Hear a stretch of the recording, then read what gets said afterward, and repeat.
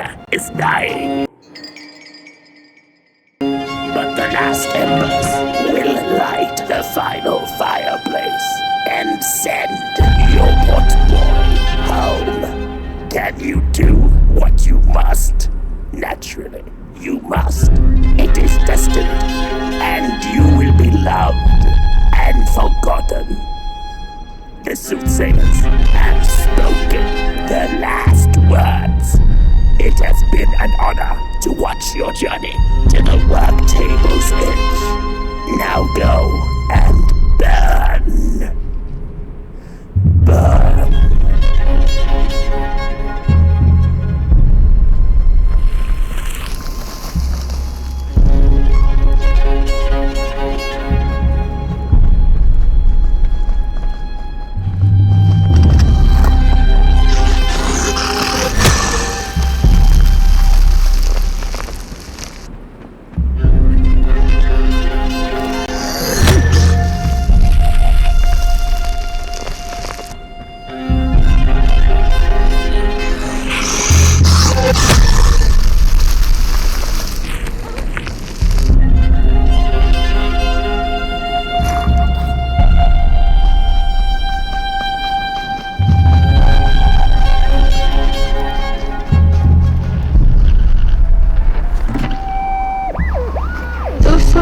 Two-legged beings did prosper under the first sun, but it didn't matter how much they bathed in its light.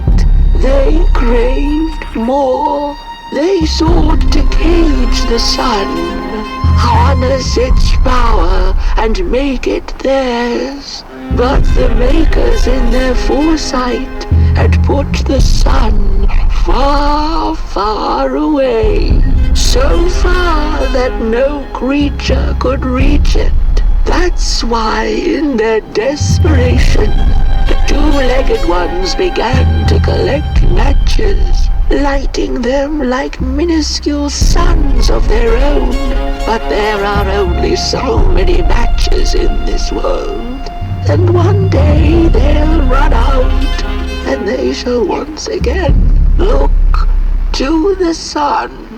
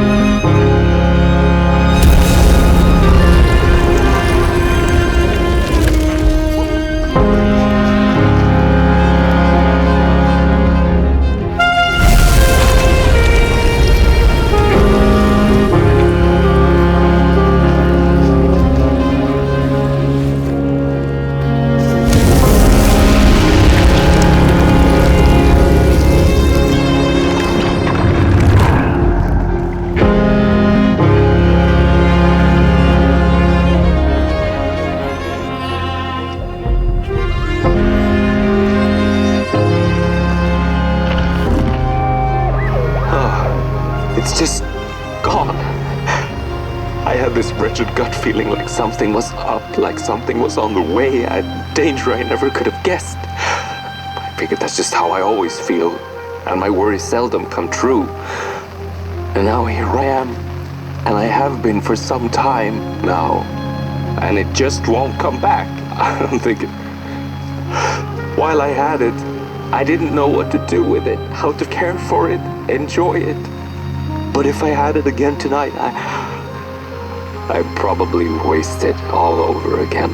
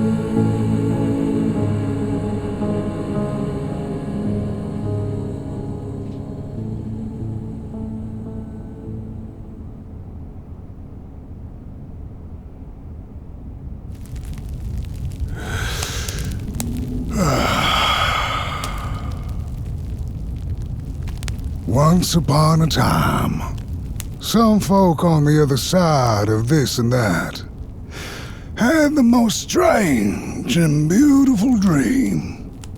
I hope that tonight you caught a glimpse of it, and I wish you the levity and grace to smile in the darkest of times and on the way down your midnight walk.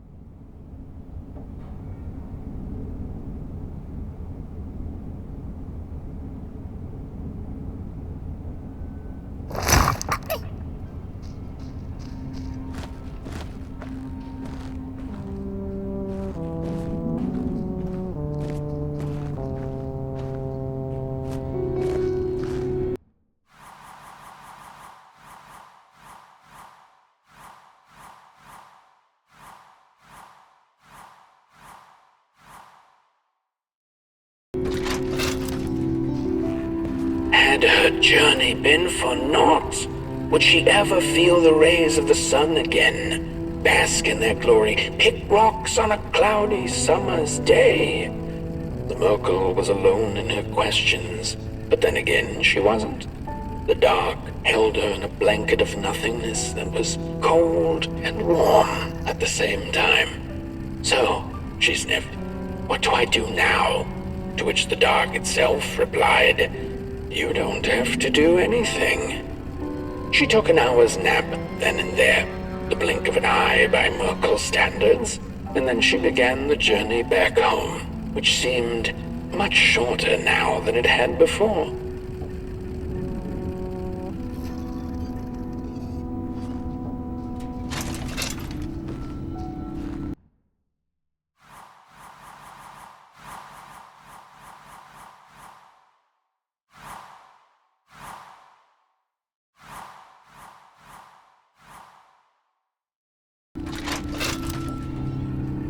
Back home on her hill, memories of the Merkle's many encounters along the way came circling back into her mind. None of her new acquaintances had been able to answer her burning question, but they hadn't been a waste of time either.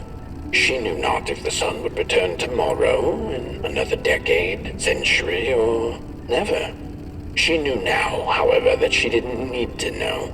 She had the dark, and in it, anything seemed possible. So busy with her search for answers, ever since she'd left home, she'd completely forgotten to look up. The stars twinkled in the night sky, and there were so many, and they kept her good company. If only a little rock-picking Merkle could know that the seemingly tiny stars were in fact thousands upon thousands of suns. The end.